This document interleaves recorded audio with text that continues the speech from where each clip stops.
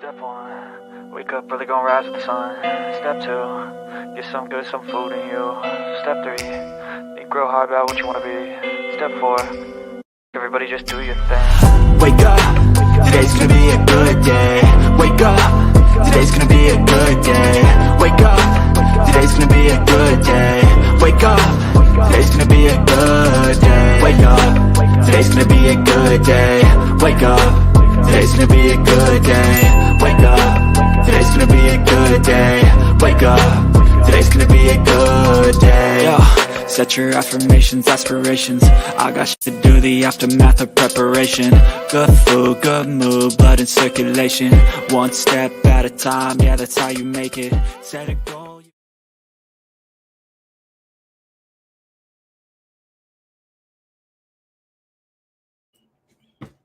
Hey everybody.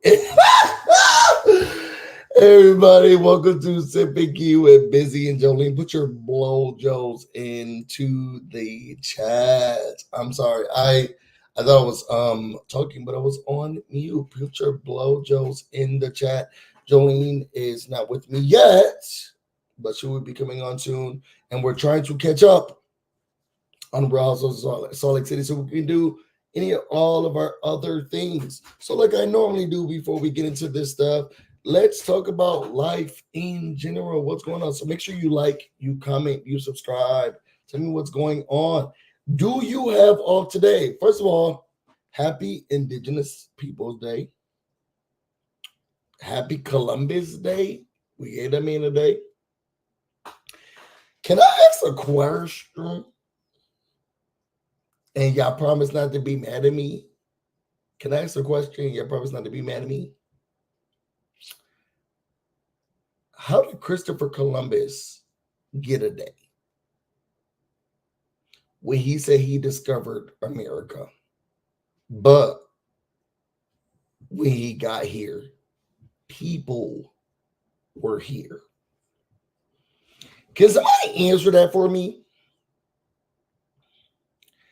How can you discover something that someone was already at? It would be like somebody walking into this room right now and be like, I discovered it, girls. Y'all, I discovered it. And I'm thinking, God damn, I actually painted these walls. Can you get out of here? I'm doing a video. Has anybody ever thought about that? How can you discover something that someone was already at? Girl, it's new to you, old to me. So happy Indigenous Peoples Day. For those who are celebrating today and have off for today, I have off today, so I've had several videos. So go to my channel. If you haven't already, I put up a Big Brother video, I put up a RHOSLC Potomac video, and now we're going to be talking about RHOSLC Salt Lake City because we're going to be catching up because we want to do our Halloween section. Hi, Busy. Whatever. Why are you mad at me? I didn't say I was. Oh, okay. But I did showcase it. Can you tell me, did you ever question when you were younger Christopher Columbus? Because no. I always did. I don't think so because they were really pushing them down our throat a lot.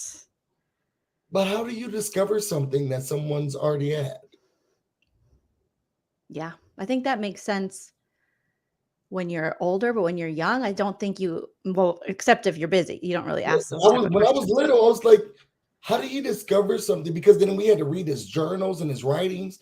And he wrote back to say, yeah, there are these people here and they're using clay and they're using all of these new, he talked about like the spears and stuff they were making. And it's like, you didn't discover it then.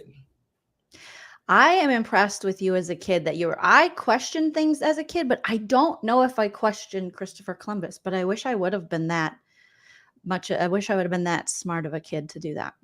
I think what separates us, which is what I love about our friendship, is that one, you're white, I'm black. What? You're black, I'm white. What? But I think it gives us different experiences, and we we see the world, like just innately. And my mother was always like very much so. Like I didn't grow up saying the Pledge of Allegiance. My mother sent me to school with a letter first day. Oh shit.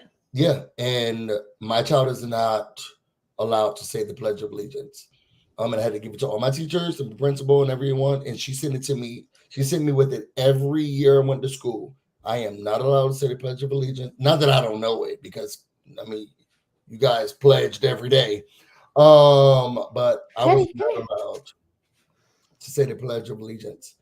So when the other kids were doing it, did you have to? What did you do? Did you stand or sit? No. Did you feel weird about it because everyone else was standing? Was it hard as a kid to understand? I didn't feel weird about it because my mother made it very clear that America was not created for you. Mm-hmm. You are going to have to fight regularly to be someone prominent in this place. They don't create rights for you. They don't create laws for you. They don't enable you to be successful. Like, this land is not for you. And my mother instilled that into all of us as kids. Like, you're not what they're talking about when you do your Pledge of Allegiance. So how did you interpret that as a kid?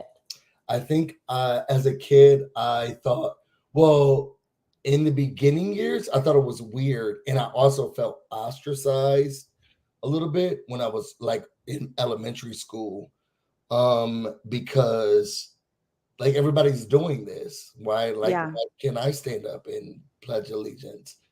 And then in middle school, I got it a little bit more because that's when she got into Kwanzaa more, and we've always celebrated Kwanzaa, but I was retaining more information about my Blackness and all of that. And then when I got into high school, I definitely understood that all of this is not for me. Like, even I think what's really weird is that as a young person or growing up in middle school, we read the diaries of Anne Frank.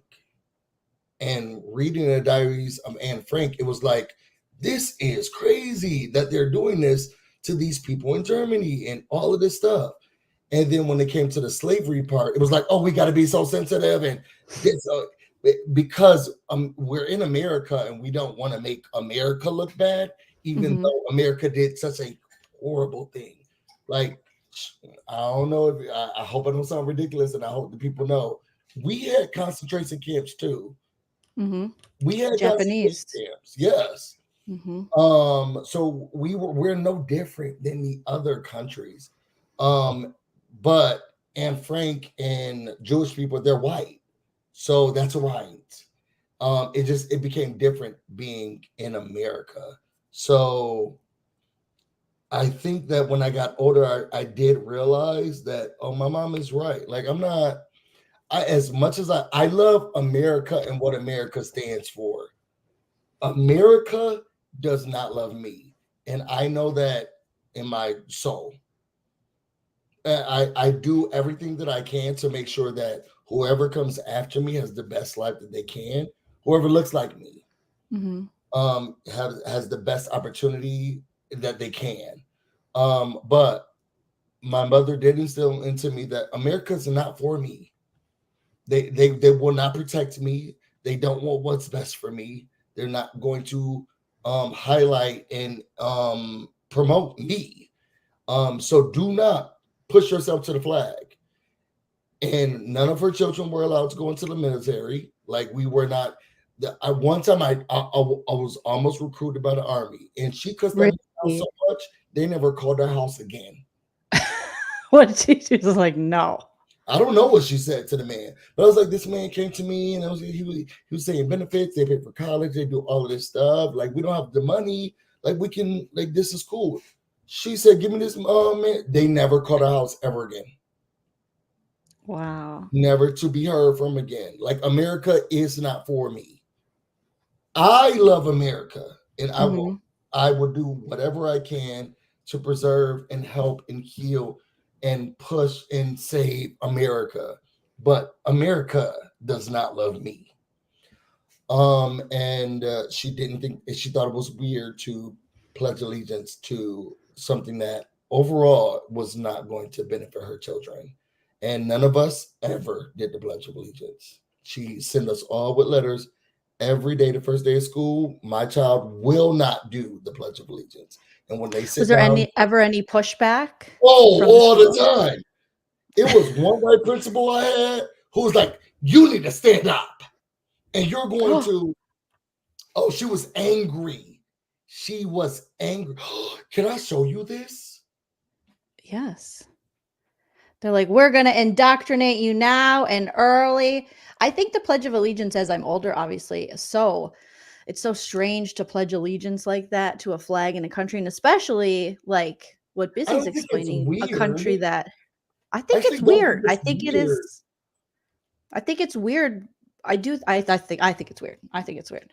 Well, sorry. Why? Because I interrupted you. I'm sorry. Oh no, I mean, especially if you don't feel as though it is, why would you pledge allegiance to something that doesn't, have your back? Yeah. Something that, systemically is going against you. Why would you pledge allegiance? I just think it's weird. Like a blind loyalty to something is always a little weird and a little cultish to me. I think you can love the country you're in, but I think when people get really hype about flags, it's kind of like these non-issues, like this flag burning for a long time. That's what my dad would always teach us when we were young, about non-issues, and how instead of talking about things that matter, that impact people, what will happen is these two political parties will talk about things that are non-issues to kind of get you distracted. Flag burning was huge when my parents were growing up, when I was growing up. It was like people talking about that. They wanted to, punish people. Like, people are just burning the flag and how dare you? And my dad's like, it's against the law. But really, who gives a fuck? Half the flags are made in other countries, sold at Walmart, which is one of the most anti-American companies, and doesn't do well for its people.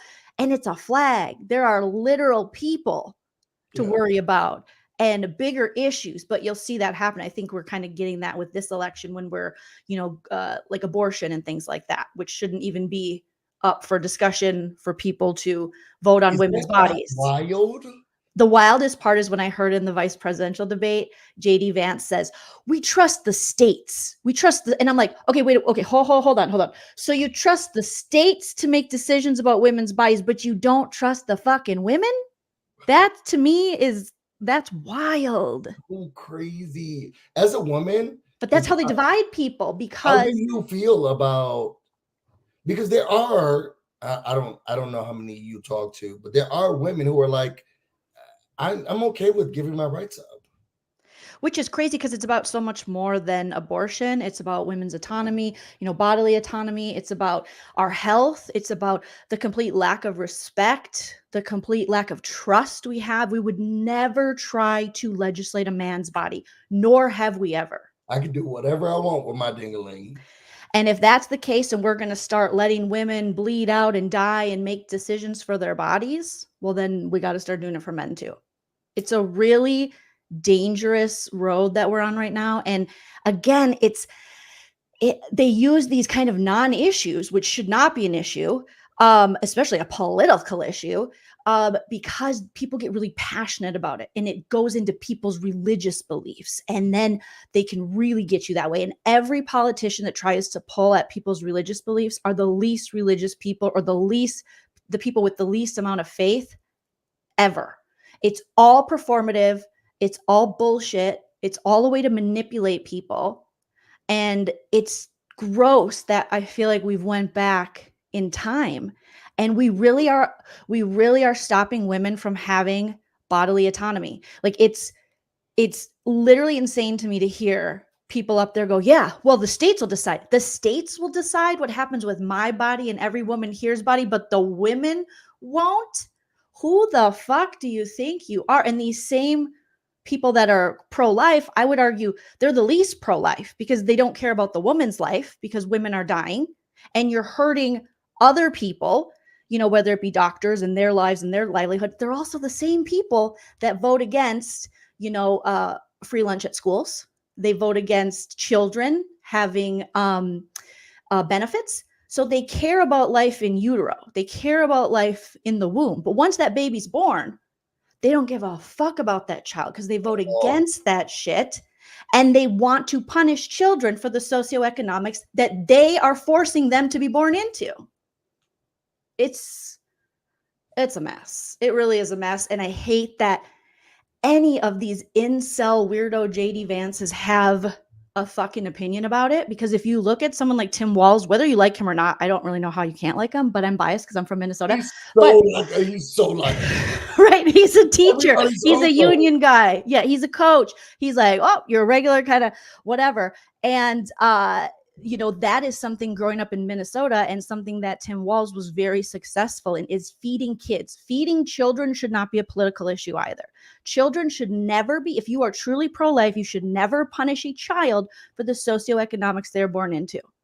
That is not that child's fault that they're poor. And if you want every life to be born, then you better get ready to start taking care of these poor kids with your, taxes and with social programs, which are very important. So if you only care when it's in the woman's body, do you really care about the life, or do you just care about stopping women from having freedom over their bodies? Come on, Joleen, with the word. I'm just like, I'm just like you. I mean, we have I'm just like every American. We're raised very similar, and it's just this world is crazy. Mm-hmm. It's so much going on. We're not telling you guys who to vote for, and we hate to make the Housewives of Salt Lake City political. Well, they make themselves. So it doesn't matter. But it's a lot that's going on in the world, and it's very important. We're 3 weeks out from this election. So that's wild. So make sure that you're registered to vote. We don't care who you vote for. I don't care who you vote for. I just want to make sure that you utilize your right to vote. And you have to sit with those consequences. Well, I guess America has to sit with the consequences that you make. But at least we have a democratic process. And let us not forget, one of the parties involved tried to stop this democratic process and encouraged an insurrection and let those people fall. I feel like JD Vance is there to pull down Trump. Well, it is interesting that I truly do. I feel like he's like, I'm gonna toe the line on how I can pull this man down.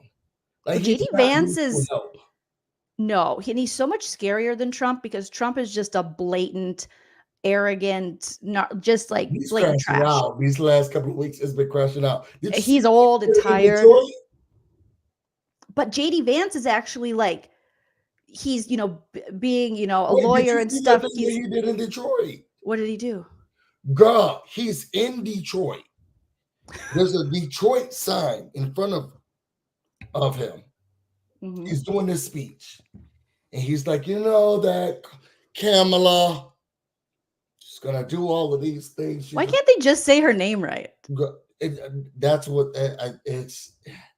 it's a part of the disrespect to like people of color, which really frustrates me, because I'm gonna say this and I'm gonna go back to what I was talking about. It really frustrates me because my real name, which I don't think is that hard to say, because there was a saint name just like it, just don't pronounce it the same. Well, I already said my name, and you already know my name. Well, my name is Gerard, so it's easy to just say Gerard.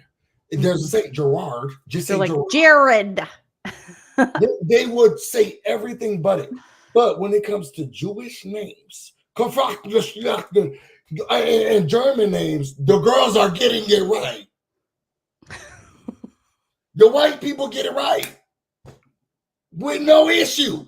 The white people get it right. But then if I say, my name is Jacinta, Jacintia, or girl, it really ain't that hard. It's not that hard. Yeah. Get with it. But it's another card that they pull to minimize you. So it's like, Kamala, Kalania, Whatever they can do to minimize her, they will do. But anyway, he's sitting in front of Detroit. He's like, "Oh, that Kamala, she's gonna turn this." But they don't even understand. They don't never understand. You know, if she sits here and gets the presidency, they'll turn this whole country will turn into Detroit. Raggedy. Oh, and he's in Detroit. He's in Detroit, girl. He's in Detroit. It's a Detroit sign right in front of me. It'll look like Detroit. So they're just downhill, run down. He's in Detroit.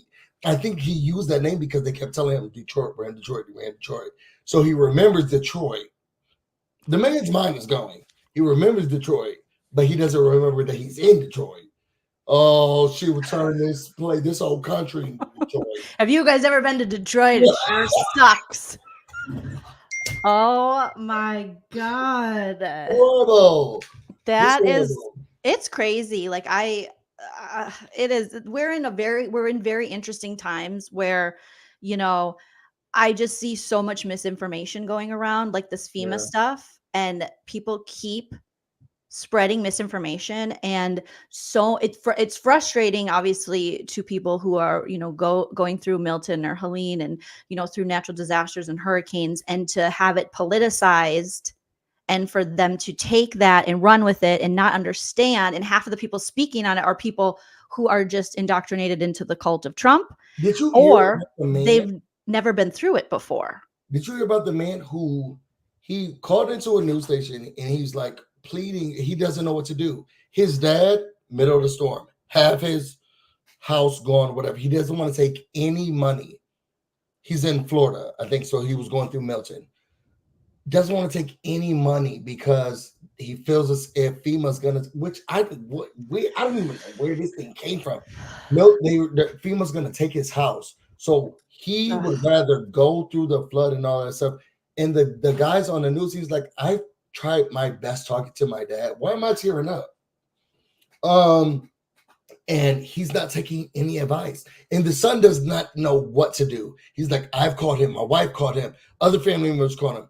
He said, I feel like my dad is just. Can't he just contact FEMA and ask them, like, is this a loan? Do I have to pay you back? Are you going to collect? But even with that, Busy, they probably won't believe it because they won't do it. They've been so good at propaganda. I mean, all political parties have always used propaganda. You know, we know that, speaking of, you know, JD Vance, who you know, not too long ago compared Trump to Hitler, but now is his running mate. But yet we're asking Walls what city he was in China in 1980. Okay, cool story.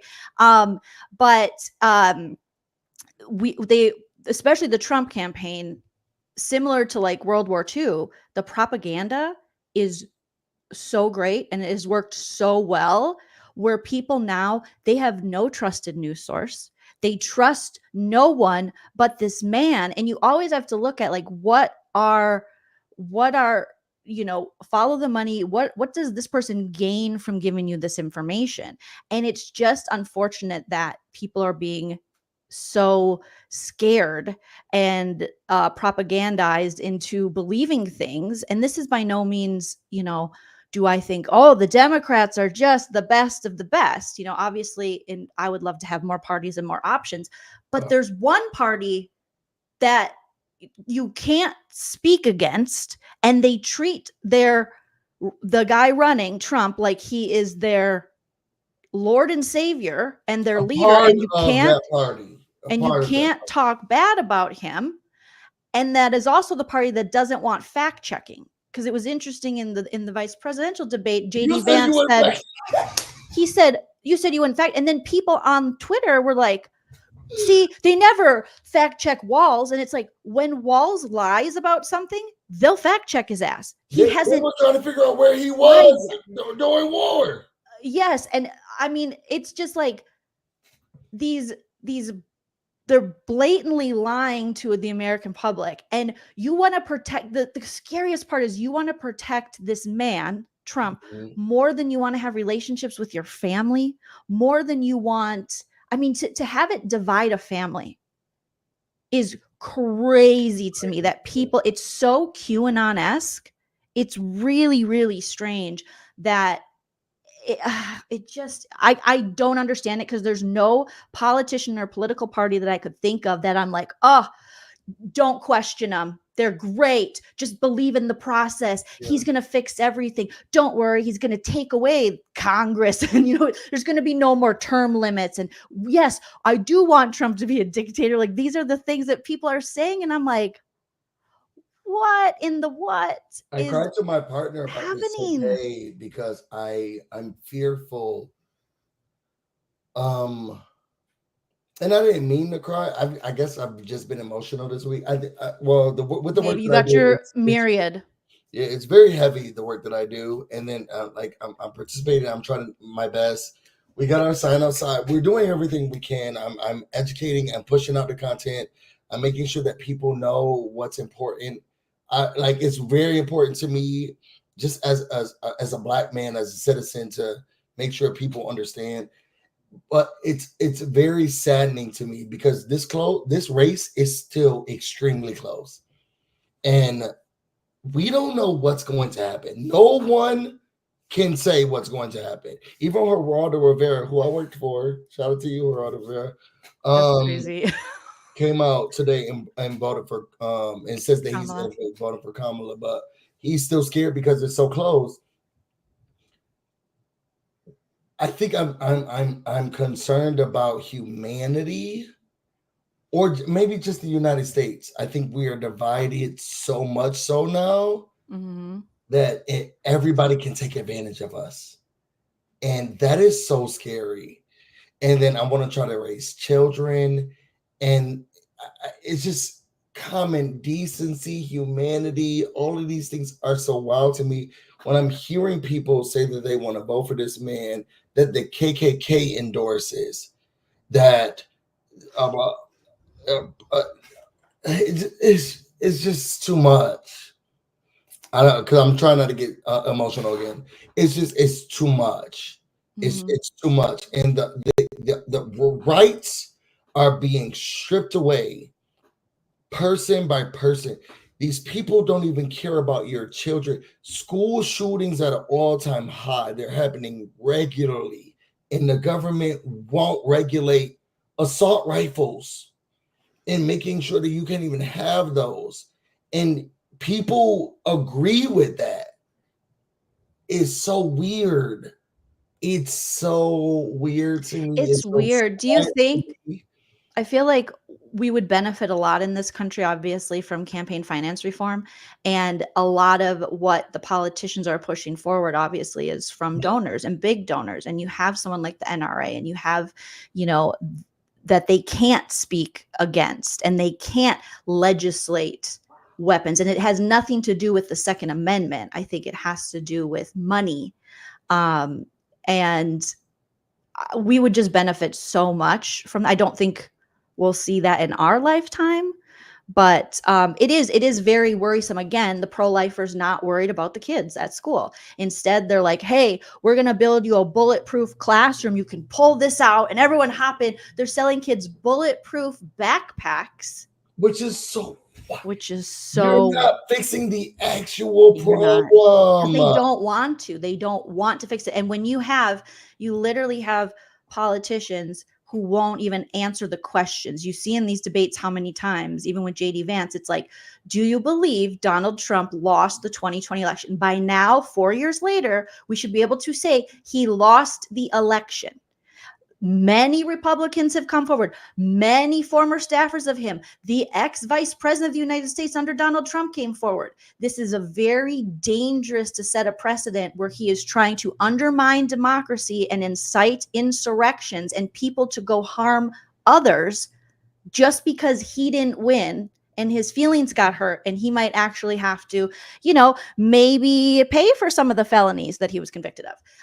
And the fact that it's insane to me. So we're in this circle of this like pattern and this cycle now where democracy is broken because people, they don't even care to protect it. And growing up, that was something that no matter what party you were, Republicans and Democrats, independents, everyone believed in the democratic process. And now you have a man who's like, I didn't win, so it's fixed and it's fake. And he is able to incite people to go attack and kill people. And these are, again, the same pro-lifers who are literally taking lives, and the same all or Blue Lives Matter who are killing and hurting cops in this process.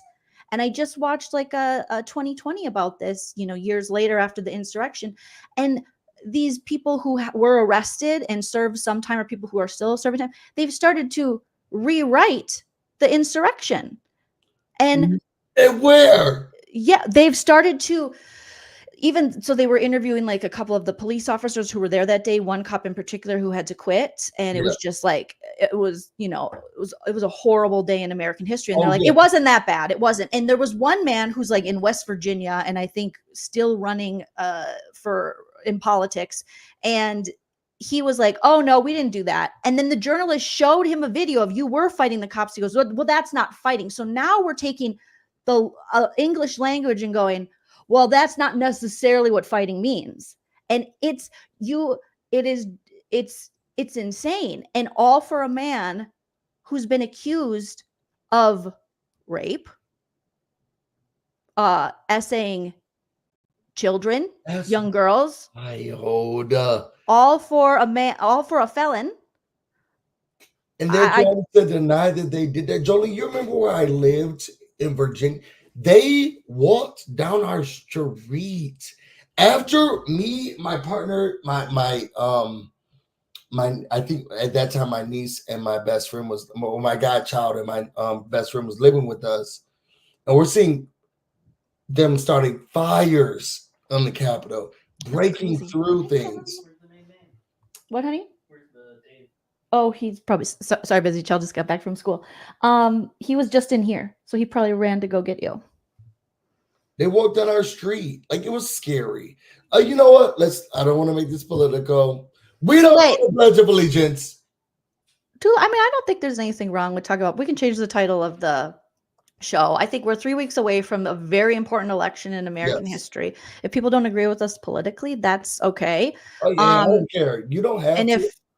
And if you have to unsubscribe because you can't listen to someone talk about politics from a different perspective, then that's okay too. Protect your peace and go, wherever you need to go. But I think it's really hard to, because I even try, I know you probably try to on your other channel, to not talk about it too much, because I think there's, people. Somebody wrote me and said, so divisive. I used to like you, but you talk about politics too much. And I'm thinking, I do a 5, maybe 7 minute segment. But what I did say to myself is that this is way too important. Like, I don't think a lot of people understand how pivotal this election is going to be. Our country, Elon Musk had an interview, and he said, if Donald Trump loses, I lose everything. Like, he can't lose. We don't even know how deep this thing goes. And then I saw another interview with Donald Trump, because I watch stuff. I'm not like people who, say it to y'all girls, I'm not like people who just consume the same topic. I want to know what the other girls are saying. Me too. I'm the same way. Tell me from your own mouth. Then Donald Trump had an interview where he's like, oh God, most of my babies say, I just realized your mic isn't set up on StreamYard. Oh, Taylor Bays. I don't know. Maybe it's with your computer. There we go. Oh, you sound so much better. I was wondering why it was kind of. And you never told me you want me to look raggedy. But I was watching Elon Musk you watch all the that Trump was doing, and he was saying, well, Elon Musk is such a great business guy, always great in business. He wants to go to Mars, something about Mars, people say, whatever. But he's like, he wants to do a new department, and this is I'm going off of memory, so please don't take this as like full fact. Do your research. A department where profit loss is there's a new director or chief of profit loss or something like that, or cutting cost. a new chief for cutting costs because Elon Musk has been so able to cut costs. America is not a business. This is a country. Mm-hmm. Like, this is a place where people live, breathe, and survive. America is not a country. And what my problem Or it's not a was business, is is that a he's country. like, sorry, it is a country. America's not a business. It's But not a he's like, country. America's not a country. At this point, they want to make it a business. And he was saying, well, we'll have Elon Musk helping us with how to cut cost. What? What? What does that even mean? What do you mean? Or like, what does that even mean? And he's like, well, I don't think, then the interviewer, this was on Fox, by the way. The interviewer was like, so Elon Musk is going to be a part of your cabinet? Well, he has too many businesses to run. He's such a great business owner. So he's not going to run the business, but he's not going to be a part of the cabinet. But we do need to do a new chief of cutting costs. That shit sounds so stupid. And the government does all of that. The thing is, he wants to do away with checks and balances. Mm-hmm. And that is very problematic to me. It's just, I don't understand. There's the two type of people that I don't understand. Women who are like blatantly, I'm not a woman, but I can only imagine. I don't understand women who look at Donald Trump, his policies, or the policies of the Republican Party and say, I feel as if, even if it's in that old ass book that y'all like to read, I don't feel like I want anybody to tell me what to do with my body. Like, ever. Nobody tells me what to do with my body. Nobody tells me what to do with my body. And it's so strange of women who stand in line outside of any other thing that he's talking about. I don't care about his arrest, his RAPEs, nothing. He is going to police your body or put people in charge of policing your body. And you're like, sign me up.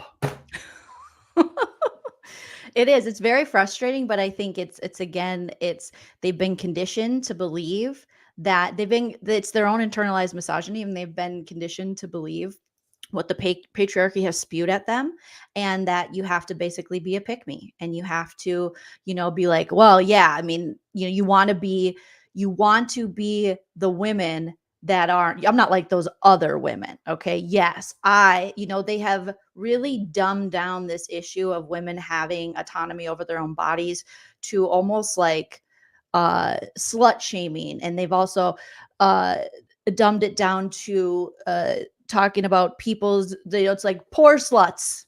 It's these poor sluts that are using it as their birth control. And now we have a man who has been president before, who wants to be president again, telling us that there are women who carry a child for 9 months and then abort it. That is just an insult to women in general. That it doesn't happen. And it's just like Judge Judy says, if it doesn't make sense, it's not true. But again, it's one of these non-issues that my dad taught me about growing up. It's one of these scare tactics they use, because you're like, what? They're pulling babies to the side and going, nope, wrong. Like, I don't like that hair color. Get out. It doesn't happen. And it would only be problematic men like Donald Trump who would say something like this. Any woman, Republican or Democrat, in your heart of hearts, no woman would carry a child for 9 months. And then in the 9th month, we're done. We're done. This has been fun. I just wanted that part of it. It's so ridiculous that this is, because then you still have to give birth to it. It's just so dumb. It is so dumb. Carolyn says, in my opinion, Mackenzie should have evicted Chelsea. That's just the politics. I love politics. That. Pam says it means they will cut Social Security and other government programs. Lace says, I can't wait for the election to be over, but I am also very nervous about the outcome. This election is so pivotal in how our country moves forward. Everybody, please have a voting plan. Not everybody. Know Let's not where you're lie. registered. No, and I truly do want everyone to make a decision. I do. I want every person to vote because it's important. They've silenced people of color, women, rights to vote for a long time. Can you imagine if they tried to police Donald Trump's body or JD Vance's body, how they would react? Girl, if anybody even tells me what to put on, girl, you better shut up. And honestly, when you ask that question about women, I think unfortunately most of us in the United States would, because that's all I can speak to, would say we're just unfortunately so used to this kind of thing with women and so used to people telling us what we can and cannot wear, telling us that what we wore is the reason we were in the situation we were in. We're so used to that kind of mentality that I think a lot of people are just, I don't know if they're obviously, just conditioned to just accept it, or they're just like, well, he is not talking about me. He's talking about these other people. But you can't convince me that none of these men would have, first of all, if it happened, something happened to their kid and they needed an abortion, or one of their mistresses and they A needed an lot abortion. of them have them, which is why I'm also concerned. And it's really scary that, it goes so much farther than just abortions. It truly is about women's health and women's health care. And we're hearing just these awful stories of women who weren't able to get the medical treatment that they deserve, that should be a human right to them. Yeah. And then you have men making videos go, show me one woman who is bled out, one woman who's I'll been show denied. you 50. And then here come the women with their stories. And you know what you'll hear from them? They're lying. So unfortunately, they've been trying to silence women's voices for a long time. And You know you what? have a lot of men that are very bothered by women coming together, by women standing up for their rights and their bodies. You have men who are saying, if you haven't carried a child, you aren't fit to run the country. However, none of the men who have ever been president have ever carried a child before, have ever been pregnant, have ever given birth. But here we are. And it's just like, it's cuckoo. It is. We need the women's suffrage movement 2.0. 1, 2. What I think is the problem with this country, and I'm gonna say it, I hope it don't sound ridiculous. Y'all hoes said that there was a separation of church and state. And you're not showcasing that. You're not showcasing. Because people are leading with religion. Because they have, again, rewritten history to say that our forefathers wanted this and they wanted it to be a religious nation. And our forefathers definitely did not want to incorporate church and state together. Therefore, the separation of church and state. A freedom of religion where you can practice in your home. But when we're talking about politics and we're talking about government, we lost it. You have to separate it, because which religion do you follow? It's not just even just like the umbrella of Christianity.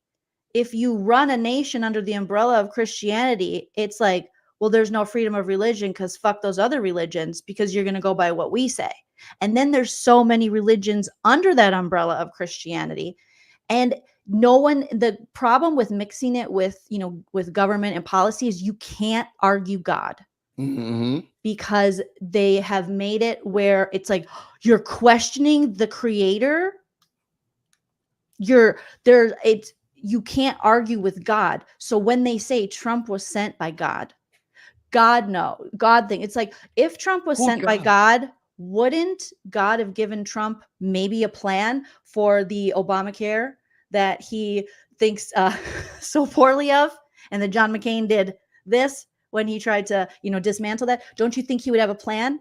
Don't you think after wouldn't he give him the tools? I mean, that's just like a silly example, but that is one of my favorite moments from the presidential debate is when, there's all this, the Affordable Care Act, there's all this criticism of it, yet he had 4 years to fix it and he didn't do and nothing. Now he's had another 4 years of Biden in office where he could think about it. And what were his exact words, Busy? I have a concept of a plan. Didn't it sound like Karen Huger? We're in Discovery. How can you We're be in Discovery? We're How can you be? Discovery. And you don't have a fucking plan You because you don't. don't want people. You don't want people. You don't care if people have health care. Like, just say it. Just say it, sir. You don't can't got argue with God, but also who's God? But Who's God? Which God? What type of God? Mm-hmm. You can't argue with that. I think that was one of the things that my mom also brought up too. Was like one nation under God. Who's God? Yeah. Like who? Like who's God? You can't. And what does your allegiance exactly mean? What are you willing to do? Because are you willing to forego critical thought? Are you willing to no, none of forego those your things. own personal survival? Like, what kind of allegiance are we pledging? These people are cutting their nose to spite their face. I'm every MAGA under the sound of my voice. I'm sorry. I don't get it. And to be honest, I was telling Teddy Bay this. I'm going to say this and then let's get into the review. They're wannabes. They were people who felt like they weren't being heard anymore.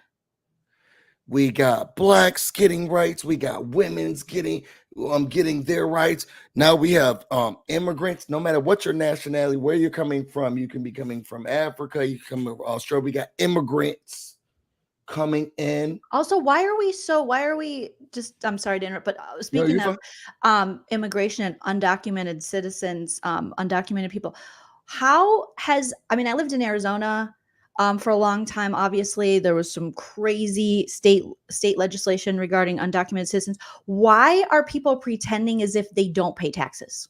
Because they most certainly do. Undocumented workers. Some undocumented workers don't pay taxes, and they documented Americans, but not a lot. But also, I think what the problem is that you're also not doing it. And this is what the problem is in Ohio, where they're eating the dogs, they're eating the Oh, cat. no, not there. The thing is, I saw this interview. It was done with 2020, and the workforce. Why am I talking like Donald Trump now? The workforce man was saying that the workforce was dying there, and no one was doing the work. And they needed more workers who weren't high off of drugs, like y'all hoes be doing, drunk, late, and not showing up. And he said that all of these immigrants came in and were doubled. Stuff started getting done. And everybody came to work. They weren't high, they weren't calling out, and they wanted to do the work.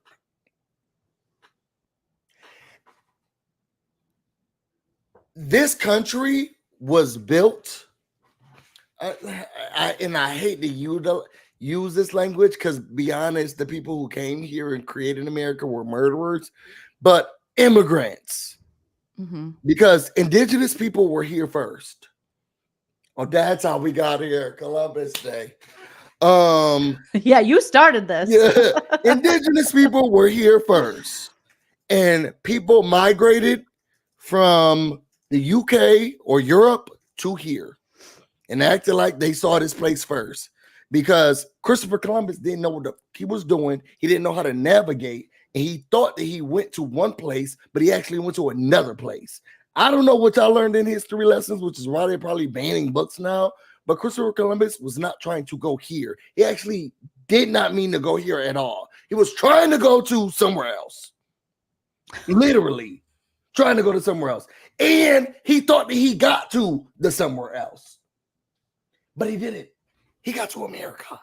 And he started talking about all the stuff that America has and the people that he's meeting. And he said he discovered a place where people were already living, had languages, food, and everything else. Then y'all hoes pilgrimed on the Mayflower and said, shoot all these people, kill all these people. Okay, send them far west. Okay, girl, we're going to take up the East Coast and send those indigenous people to the west. We got the Trail of Tears. We got y'all creating territories. with each other and not even consulting with the people. It was a mess. Overall, this country was built by immigrants. Now, if there were white people who was like, well, I'm German, I'm French, I'm Australian, y'all won't have a problem with it. The only time y'all start to have a problem, we never talk about the Canadians when they don't look white. Yeah, it's only the southern border.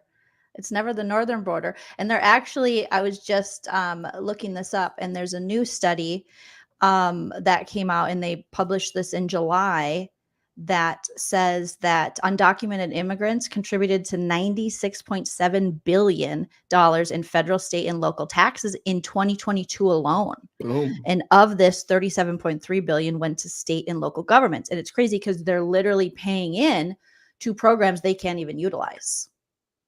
Because they're undocumented. I can't give anything to this, but y'all gonna take it out of my check. Well, I guess they have to. But again, they talk in these crazy absolutes and these crazy lies, basically. You know, you'll hear Trump say things like, everybody thinks that, everybody says that, it's huge. And it's like, who says that? There's no attribution anywhere to any of these things. And so you'll hear them say they're taking advantage of coming in our country and doing that. And that is actually not that is not an absolute answer when you look at what studies are actually showing us, and that they actually do pay into the system. A lot of them. It's like, girl, you live in Virginia. Why are you worried about the immigrants? These girls are taking our jobs. You live in Virginia. Andrew says, today is literally a holiday celebrating an immigrant. Like, what are we even doing? Yes, Andrea. Pam says, I worked at a state revenue agency, and they do pay taxes, undermade up social security numbers. Yep. Dreadful Ruby says, none of them care if you have health care, and they don't have to when they can always rely on the lesser of evil voting. Now, isn't it true, Busy, that once you're in Congress, you have health care for life? So all the senators. So if healthcare is not that important, and every American, you know, it doesn't matter if we have it, then shouldn't it not matter if they have it? Shouldn't we just, because even when the job's done, you guys, they're able to carry their healthcare. I have always said, take away congressional lifetime healthcare until they solve the healthcare issue in the United States. So you don't get your healthcare until you fix it for everybody else. Because why the fuck are these politicians who can't seem to get it together? You know what I mean? And it's interesting that makes sense. Even the ones who are, you know, speaking against any kind of form of Affordable Care Act would then take the healthcare. Maybe they have private on top of it, but they're not denying that healthcare that they're going to receive for their entire life. I would argue that, So, I mean, the people who are voting are also, but Joleen, but the people that his dad was like, I am not going to. My house is floating, and I won't take any money from. Because they've been led by misinformation.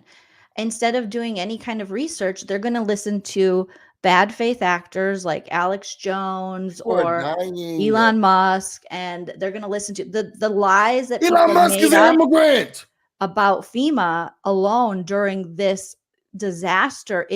It's horrendous that they've politicized this, and people really need this money, and they need these resources. And there are so many people who have been making videos just about this, people who are actually going through it and, you know, explaining where the 750 comes from and how that's an immediate and when you get in your bank account, and then also these other programs that you can utilize. But instead, these idiots just want to run with the headline that says, you know, that you're not going to get any. Ron DeSantis said, we are going to be doing this. And it's like, girl, it's not that important. He did a press conference where he's like, I don't want FEMA to think that they're running the show. Florida has this.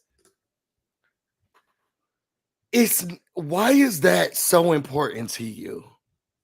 Like, why is that so? There's a hurricane coming. Yeah. Okay. And there's other resources that you can use. And even if the federal government sends teams on the ground to save families, why are you concerned? Because you didn't get a chance to do it. People's egos are out of hand. He did that press conference, and I don't want FEMA to think that we got Florida. I got Florida. Yeah, but maybe you don't. And it's okay for the federal government. That's why we're the United States of America, because the federal government can help you as your state, girl. And it's okay for them to do that. And in 2 years, no one's going to care about what FEMA did. If you're even in office, girl, let it go. Andrea says, I work for Social Security. Many immigrants pay taxes and into Social Security, even though they aren't able to collect unless they become a U.S. citizen. And I think a lot of it is in hopes of becoming a U.S. citizen, because I think that's also what we have villainized humans immigrating here.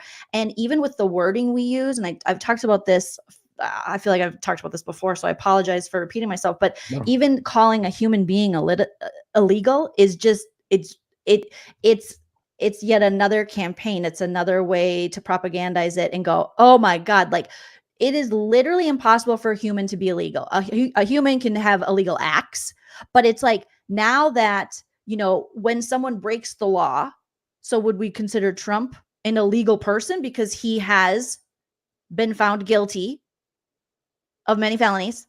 And so now, is he an illegal person?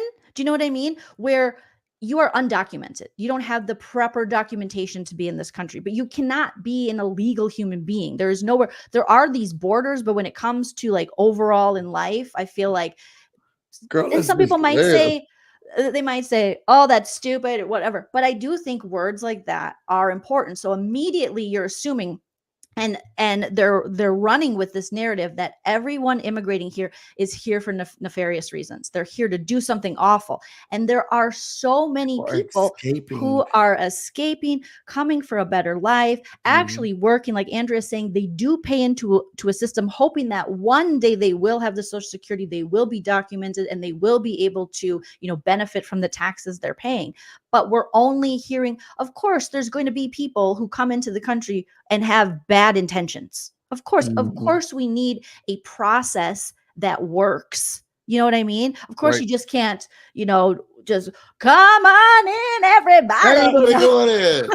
We know that, but to right out the gate villainize these people, right out the gate have campaigns where it's basically everyone coming into this country, these illegals, you know, that they're here to just like essay everyone, rob everyone, take your jobs. It's very like negative, to where it dehumanizes people, like you were saying, and it's only the brown people. Always. And you know what's really crazy? School shooters, church shooters, mass shooters, serial killers. Yep. White men. Lots of whites, lots of whites. White men take it over immediately. Hands down. And when it has been, and nobody say anything about that. And when it has been someone of color, then it's like, oh, illegal. Oh, it was an illegal immigrant and illegal guns. We shouldn't have done. But when it's a white person, oh, mental health. Let's stop at Burger King on the way to arrest mental health issues. You know what I was thinking about? Because there was there's a new weed or CBD place that's being built by me. And I was thinking, this is crazy, because there are people still in jail right now for like small amounts of weed. I wonder if they did anything on Insecure about that, because the Insecure by Issa Rae, if anybody doesn't know what Insecure is, by Issa Rae, they normally highlighted stuff like that, but we being legal and then all of these stores popping up owned by white people, and all of the black people are in jail for it right now. He had an ounce of weed, he had a little bit of weed, he had something of weed, and now he's just in jail. And then he get in trouble in jail, so now he's in trouble in jail. So that it's crazy that weed was ever that big of an issue, especially since we knew that once the government found a way to tax it and make money on it, then it was going to be, it's no big deal. But and we don't erase anyone who is in jail right now for that offense needs to be let out. And I assumed that was what was going to happen. And I don't know why I was even that dumb. It is crazy. Even that dumb. Anybody who was caught with a little bit of weed, they have sentences right now. And depending on, because we're going to let the states do it, depending on the state you live in and the city you live in and whoever the judge you voted in, people have 25 to life for a little bit of weed. And y'all think I'm joking and lying? Look it up. For a little bit of weed, and they're still in jail. That's wild to me. Once it starts to become legal, release the humans. Right? Well, yeah. Once it's like now, it's just like, oh, am I going to get my sativa, my indica? No, yeah. You guys want to go down? Let's go. And you want to go to Salt Lake? Okay, let's talk about Salt Lake City. I feel like I know they got weed in Salt Lake City. I feel like we should do Salt Lake City just rename this and do Salt Lake City on a separate live. You think so? Yeah, I think we've gone so far down. It's been an hour. And no one's going to watch an hour of us talking politics to then go, I can't get to the Salt Lake City. So I feel like we should just talk about what we want to talk about, then end it. That's true. And then, we can have our kikis. This is Sip and Key. This is our show. We can talk about whatever we want. Whatever we want to talk about. And I'm glad that we got to. I like talking to you about this because you actually work in government, so it's interesting to hear right now. And I am ready for the change. I think because I don't talk about my job that much in the channel, but I think what's hard during times like this is that you have to, in my line of work, I have to prepare for next Congress. So I have to renegotiate. I have to rewrite bills, rewrite legislation that I'm thinking about, navigate new relationships. Some people are not even in office yet. I got to try to figure out, how do I get in touch with those people who don't even have a staff yet? What is it going to look like? Will I be able to meet goals next year? Because under a Trump campaign, it was very hard to meet goals because there was a Republican. And we went to them and said, hey, can you give more money to poor people? And it was like, ew, no. Ew, no. Ew, not the pores. Oh my God. Pick yourself up by the bootstraps. Get out of here. Damn it. We are not. Now, do you have anything for rich white men? We like them. No, don't have anything. Oh, so nice to meet you. I remember it felt so horrible. I brought a young person to meet with one of the Senate offices. When I say that man was so mean, it was a Republican office. I'm not going to say who it was. Sat down with them. They told their story about how much they needed the funding and what was going on in their city, this and that. That man was like, so this is all you came to talk about? Well, I'll take your stuff. You could just put it in here on the table. And thank you guys for meeting. Great work you guys are doing. Oh my goodness. And that was it. And I had to console them because they just started crying. And I'm like, every meeting is not going to be like this. Is okay. But don't meet your heroes. But also, these are the type of people who are running things for you. You need to be informed. You need to be involved. I don't know why I start tearing up all the time when it comes to this. Because you're a Pisces. That too. But I do believe in America. I believe in the Constitution. I believed in how it was written. I know those people was racist as hell. But if they weren't, they were talking about me. And I believe in the checks and balances that were created and how we can collectively do this thing. And somewhere along the way, I don't know if it was past the hippie stage, somebody was like, no, let's be different and steal from us. I felt like at one point they didn't care about all of America. Cared about America and Americans. Now, not every American was the same, and I'm saying it like this because it is fair to say that stuff. Me as a black person, my mother, my grandmother, my granddad, his parents were sharecroppers. My grandma's mom was a slave. No, my grandma's mom was a slave. So, and like I get all of that, but thinking ideally, if they weren't as nasty to women and people of color, I think it works. Like I truly believe in it, and I do believe that it works. And we have to make it work and continue to make it work. I don't think we have a lot of white men followers. Y'all gotta let y'all egos go. y'all running this place to the ground. Y'all running this place to the ground. Y'all didn't want women to have a vote. Okay, we had to go through women's suffrage. Did you see the clip of the people doing? So, what do you think about women's suffrage? How do you feel about women's I don't suffrage? think women should suffer. I don't think women should suffer. I'm against women's suffrage. 100%. I'm solely against it. Women should not be suffering. I don't like to suffer. So, women should not be suffering. Did you see that clip? It was No, cool. I guess that was that's no. what they said. Those are their responses.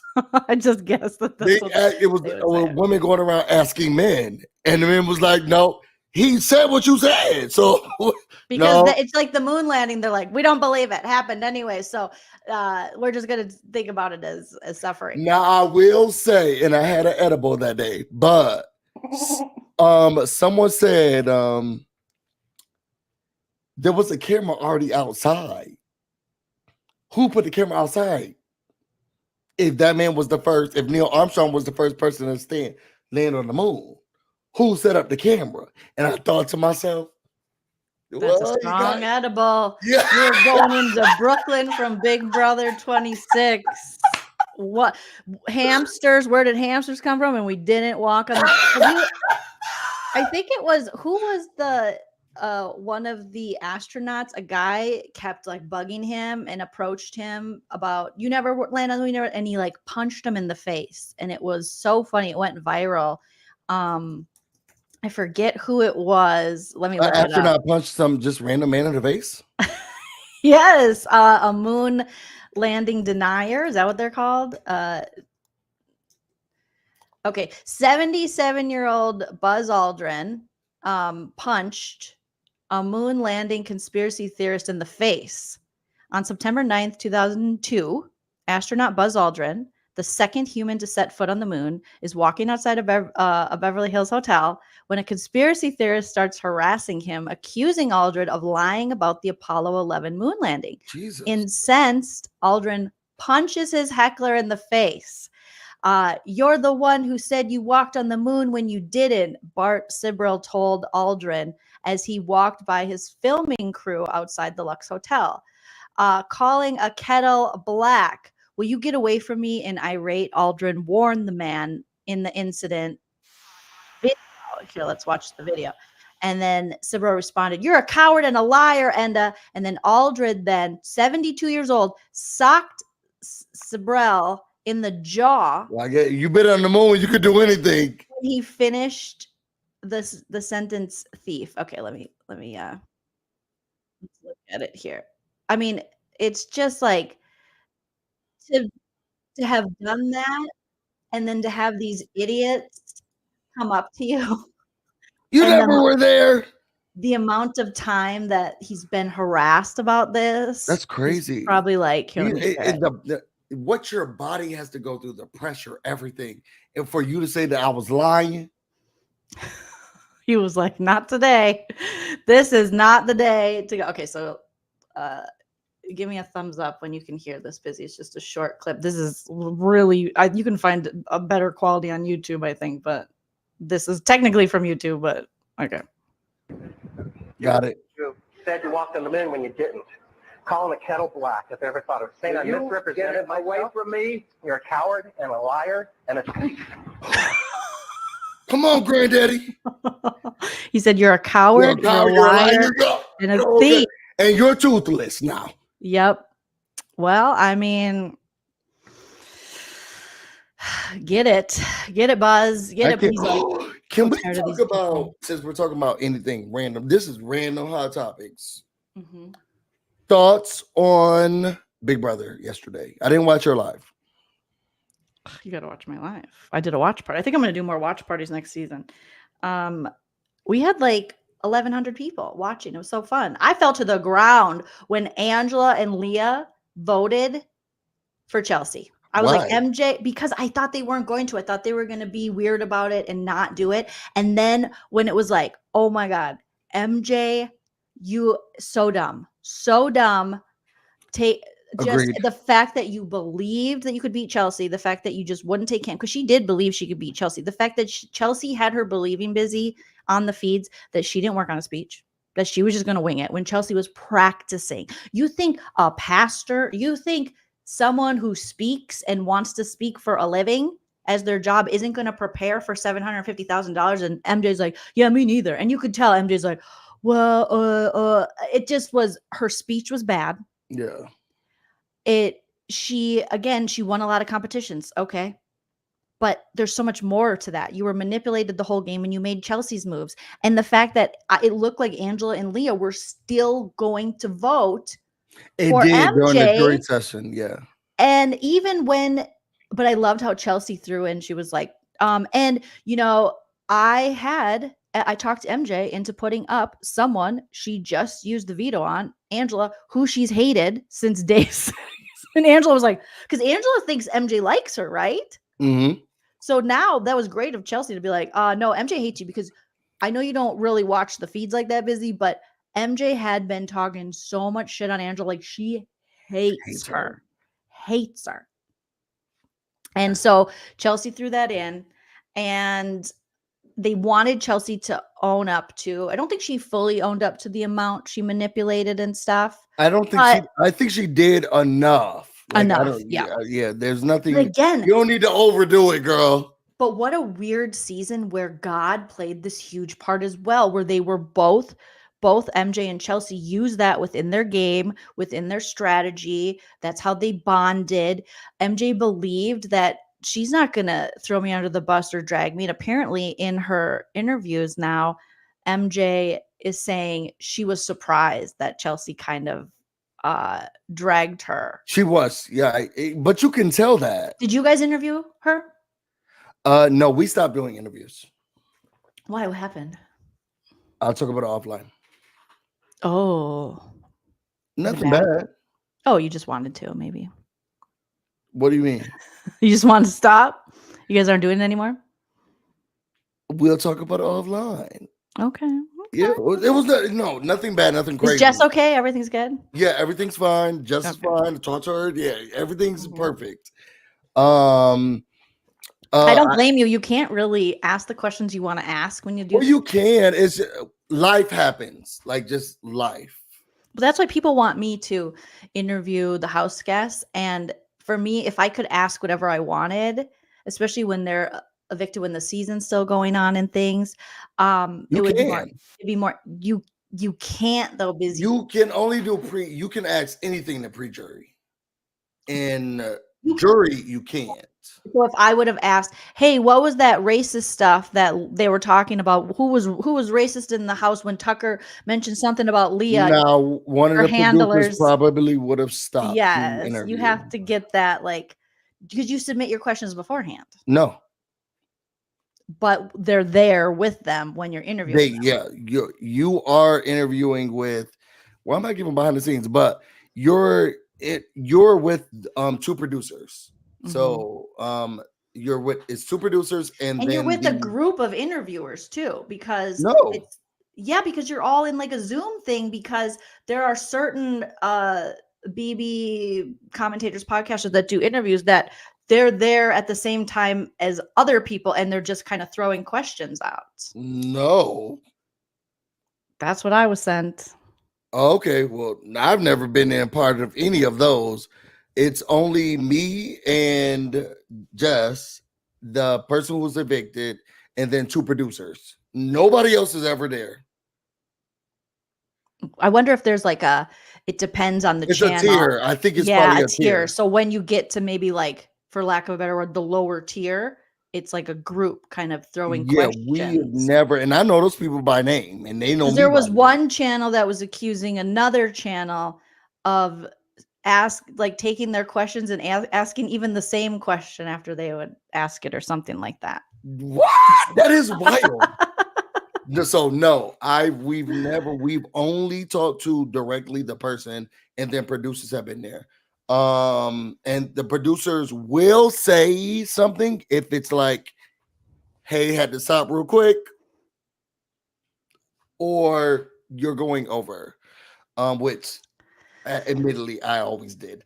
Have they ever stopped a question like? No, never. We can't. I'm sure you guys aren't asking like I really would, but it's controversial. not my channel, Exactly. so You I'm not do gonna be. have to be conscious of what you ask. Yeah, because I'm not gonna be. You don't want to piss them off either, because if you're a CBS affiliate, you Yeah. don't want to lose your affiliation. Yeah, and it would jump. Sometimes it was two, sometimes it was one producer. I love both of the producers. The gay guy I like more because he gives me more time. So if you ever looked at I think I know which one you're talking about. Yeah, he always gives me more time. So if you all ever go to Girl Let's Agree to Disagree, the longer interviews is because the gay guy was producing that day. Because you're flirting. He let me stay on for way longer, and I can ask more questions because I think he was flirting too.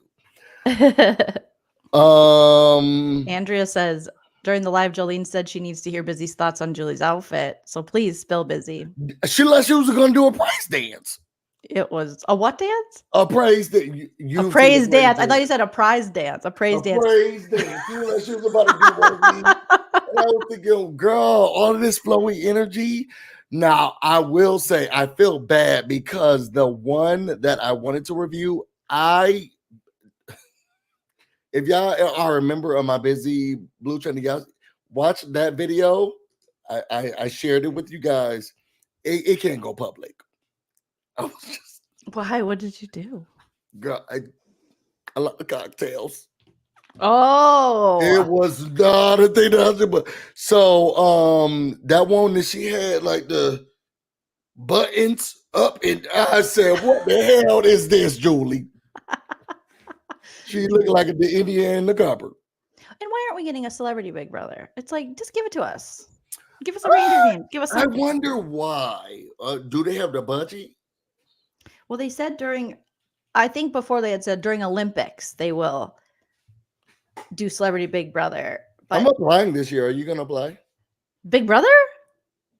I'm applying to. No, I never apply. I'm telling you all this now. I'm applying to Big Brother. Good. I'm Survivor. applying to Survivor.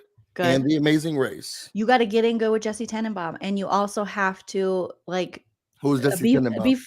He's the casting director for Survivor and for Big Brother. And you have to get in with these producers. Send him a little DM. I know enough people. Oh, okay. Well, if you don't get in, then I'm gonna say then the people aren't working for you. What do you feel about Taylor being the round table? You don't like Taylor anymore. No, I didn't say that. Okay, because the way you looked, it was like, I'm like, she didn't give me anything. What are you talking about? She even checked Angela a little bit there. She did. So what were you looking for her to give you that you didn't get? I don't know. I just feel like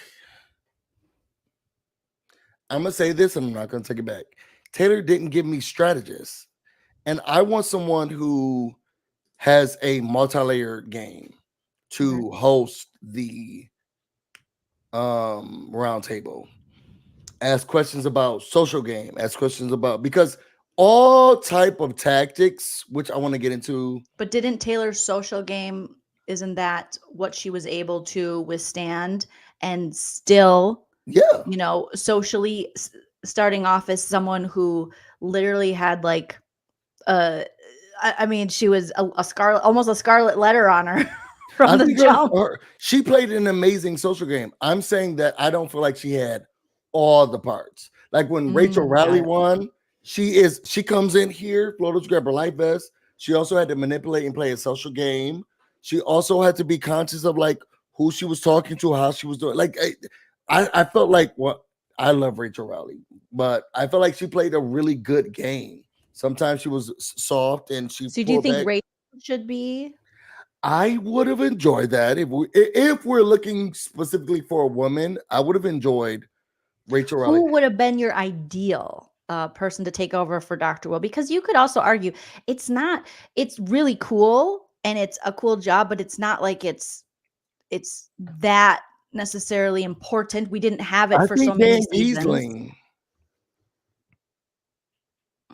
I don't know if he doesn't have the personality, but hosting. Yeah, he doesn't have the hosting chops. But I think Dan Giesling is a great example of someone who just really. What about Chelsea now? Chelsea now.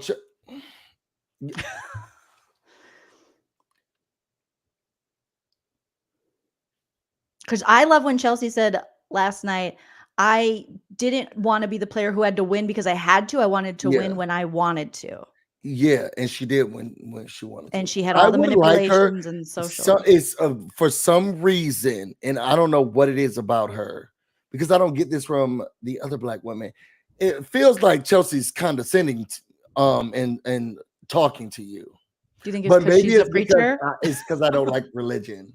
Yeah, maybe it may be because of her delivery with, it's almost like she's giving you a sermon. She's kind of telling you, she was giving you the Chelsea's Cheese May, where she was also giving you the Proverbs, which is like advice on life, but also like telling you how you should live your life.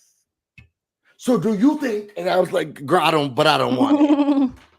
I don't want it like that. I don't receive advice like that. Mm-hmm. I actually like people who are more relational.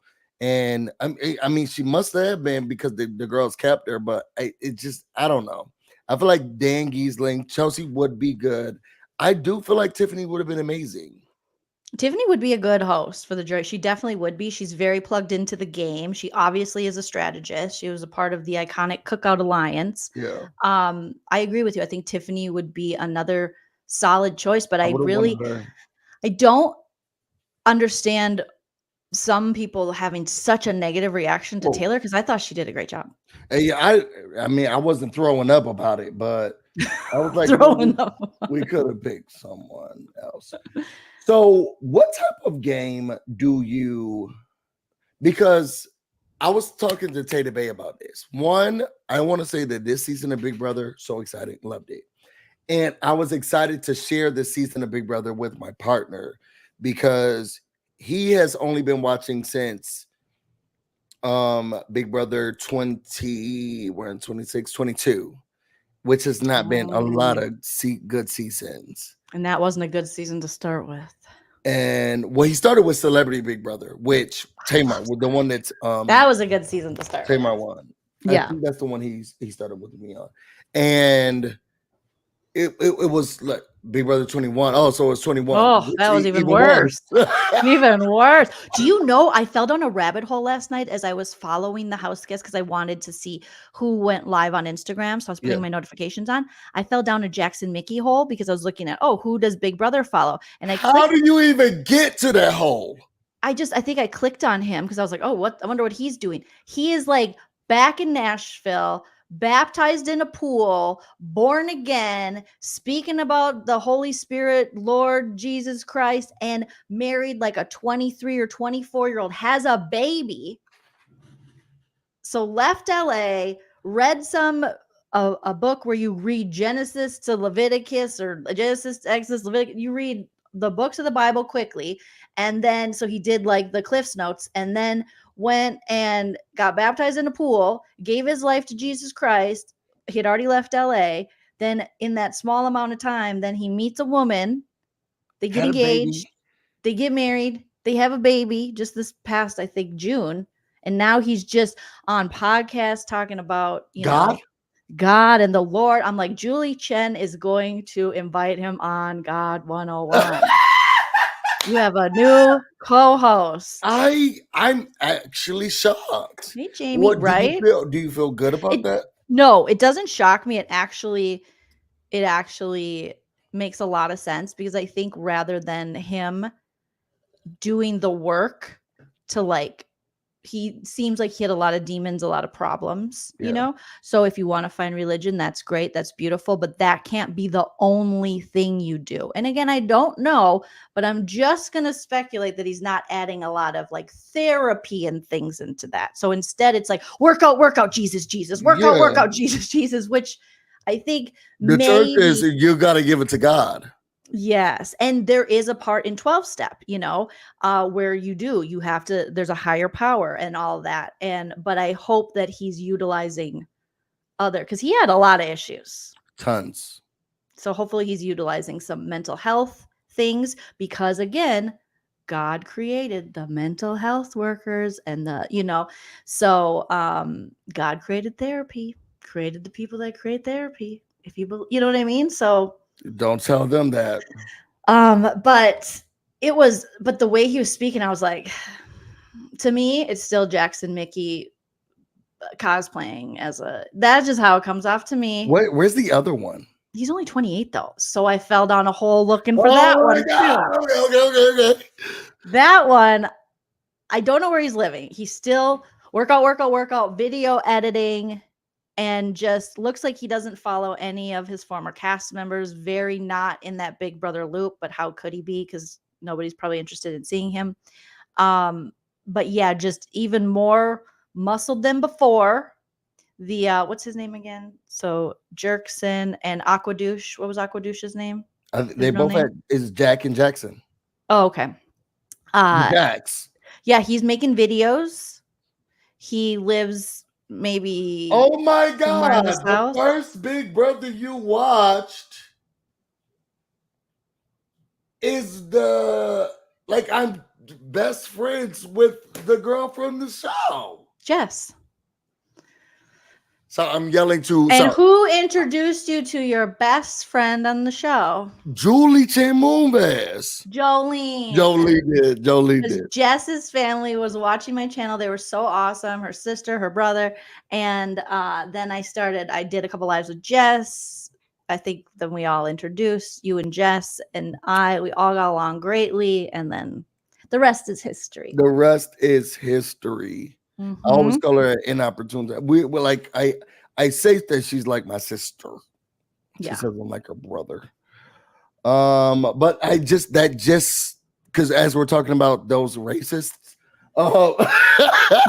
it reminded me like, oh my God, that's how we started. And that's also how my relationship with Jess started. Oh, yeah. Like, all around you. Because I would not have. I did it all. I would not have met Trader Bay if it wasn't for you. What? I'm gonna figure out a way to say that. Okay, yeah, that's true. That is true. I brought you your whole life. Jolie did it all. I brought you I remember we met because I watched your channel and we kind of supported each other because I supported a lot. We all supported, the Big Brother. It was a different community then. It was very small. To be honest, it was everybody gets raw past podcast. It was everybody was trying to showcase that they like Big Brother too. Yeah, but I mean, Maddie and Janet, they're the OGs in the game, and they were, they were killing it and still are. And then Busy, I think I really liked watching your stuff. And then one day we would like talk, and you were, I know something happened. You were really sad. You were going to quit, and I said, "Don't quit. Come on my channel." Yes, you did. Yes, and let's do some Big Brother content. It's because it's hard. The Big Brother algorithm is very, very hard. I think what I am learning though is that I talk about everything, and YouTube is like, girl, we don't know where to put you. Yeah, you got to fall in. You got to find an algorithm to fall into, and consistency. That's what I found. You got to just beat it up, just hit it. And you kept me going. Hit it. And then we were like, let's start covering stuff together. Well, it wasn't let's start covering stuff together. You were talking about those crazies. I hadn't talked about them yet. What the hell is she talking about? I think in one live, people were telling me about them, and then you were live. I will never. And Nana said no. You were live with Nana.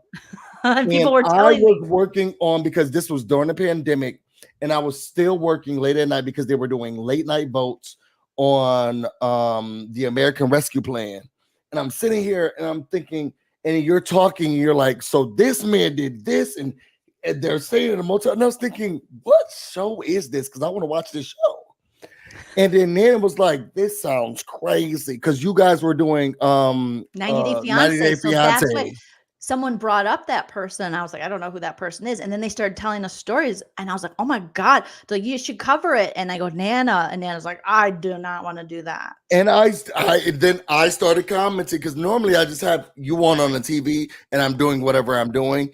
I stepped away from the bill, and I was like, bro, what show is this? And you said, I think that video is still up. We could probably find it somewhere.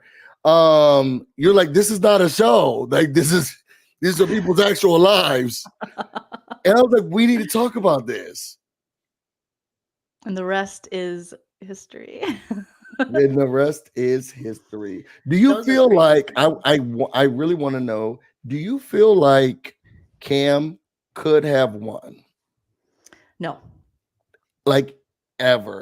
He could have had a good argument against MJ, I feel like, if he really wanted to play up the I always thought Cam should go with, look at me. I'm an ex D1 athlete. I came in looking like a comp beast. I knew there was going to be a target on me. I couldn't win all these competitions. Was I throwing a bunch? No, but I also knew that maybe it'd be better if I lay low and work more on my social game and play really under the radar. I couldn't come in with like a big personality. There's going to be a target on me because literally I got a freaking, 10 pack over here, and so if he really talked about the relationships he made and he was in a lot of alliances and that, I think he would have a good argument against MJ, where literally MJ had to win. And he could have, similar to Chelsea, I didn't want to play a game where I had to win every week, because had that happen, I feel like I would have been a target. So but I think toward the end, Cam became I think he just wanted out of that place. I don't think he knew where he was. Well, I think that I think Cam will eventually come out and tell us how he really felt inside that house, because I think there were times that he expressed that he didn't feel comfortable, or times that he felt like they were like kind of coming at him, throwing him under the bus, because I saw there was a channel and it's there's a Black woman and she interviews house guests and it's like by reality. Oh shoot, it's on her clips are on Twitter, right? Okay. And she's really good at interviewing the house guests. And she was doing an interview with Cam and she was saying, Chelsea saying that calling with MJ or flirting with Leah, and that the other house guest that was putting a target on you, they were saying that's not really the case. It was, she had a problem with it. And Cam's like, so I don't think he realizes how much Chelsea manipulated him for what looked like not the sole fact or the only reason, but a main reason, because she just didn't want him flirting with those women because she liked him. I don't think he realizes how much, because she was like, I'm just looking out for your game. And no. And in his heart of hearts, I think he knew that there was jealousy behind it. But this woman, her interview was like telling him this information. Let me see if I can find it here. And he was just like, and I think Cam is he seems like a very nice person. He clearly didn't know what he was getting into with this game. But I think there's going to be, Cam's going to have a surviving BB26, like a moment where he's talking about, it seems like he looked so defeated and depressed in the finale. Oh, yeah. He looked like he was going to cry. Well, I thought he always looked like he was going to cry. I just felt like there was no life in him ever. There was at times, and Cam is really, especially when he is like singing, performing, he definitely didn't just, he's a showman. It's not that he didn't have any strategy. He did have a strategy talks. Could he have had it more? Yeah. Would that have benefited him? Of course. But there were definite like moves and people that he worked with, and even in working with Chelsea and things that he did to keep him in that game. So an argument could be made against MJ to win, but never against Chelsea. Chelsea just had that kind of, she hit all of the here, I found it. Okay. So it's let me see, her podcast, her channel is called the Black by Reality Podcast. And every interview I've seen this woman do has been really good. Like she really gets, I'm like, oh, this is a good clip. Cause sometimes, no offense, all offense, I'm not talking about you or anything, but a lot of the interviews and stuff, you're just like, okay. But she'll get like clip-worthy moments. Yes, so let's take a listen to what she's saying here. To be fair, I mean, I think a big perception is that Chelsea was lying to you about putting a target on your back. It was mostly her that had an issue with it. What's your response to that? See, that is why I want to go back and watch.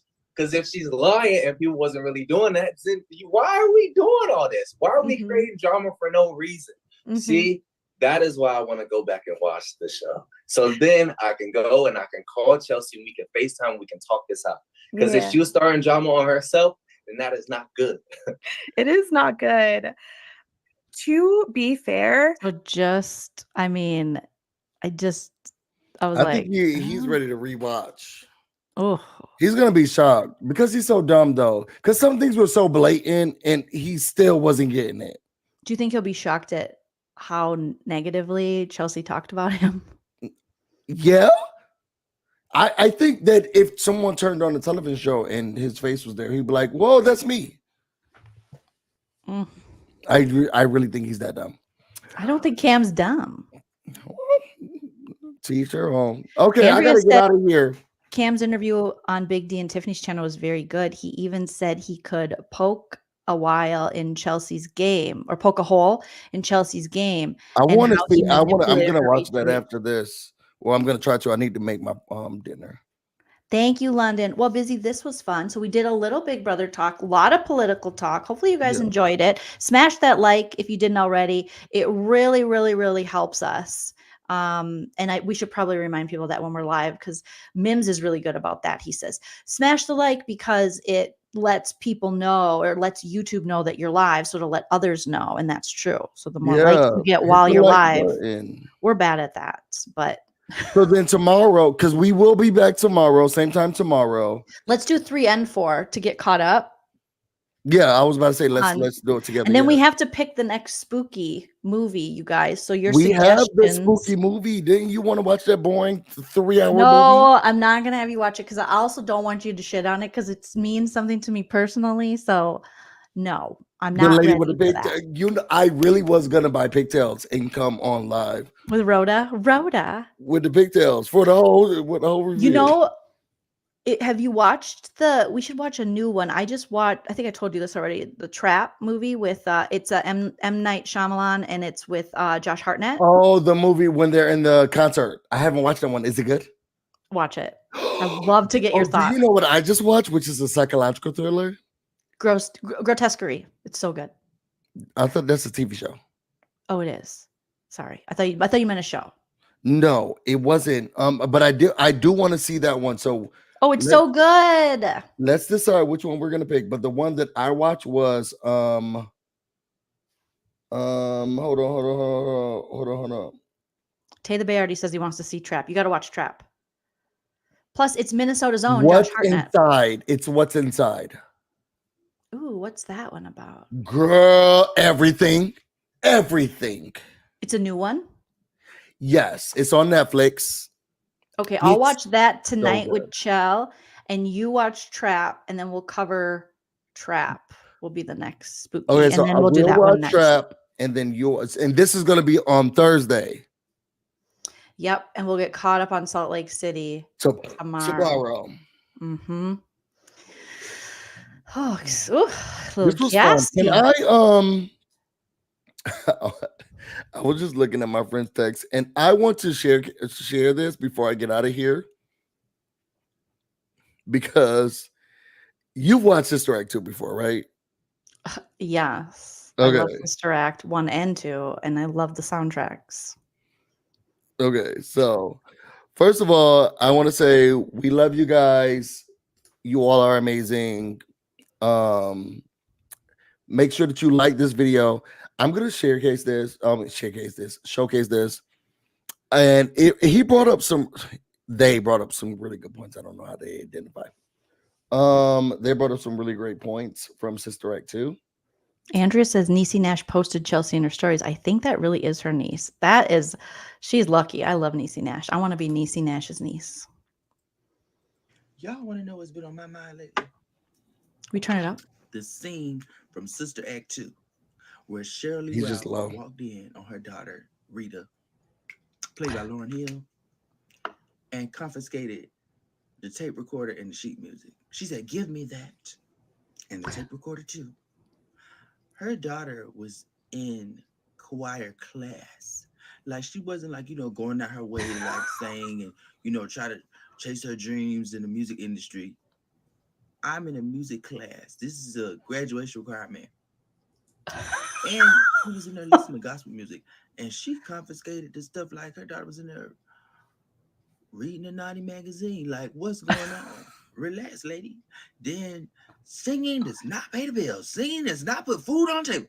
Like, I feel like she was letting out all the anger that she had for her daddy. Because she said, your daddy died trying to chase his dreams. And it's like, okay, what does that have to do with me? I'm just, trying to get an A in class. Then she made her drop out the choir. She said, good, well, you don't have time for any choir. This is on my schedule.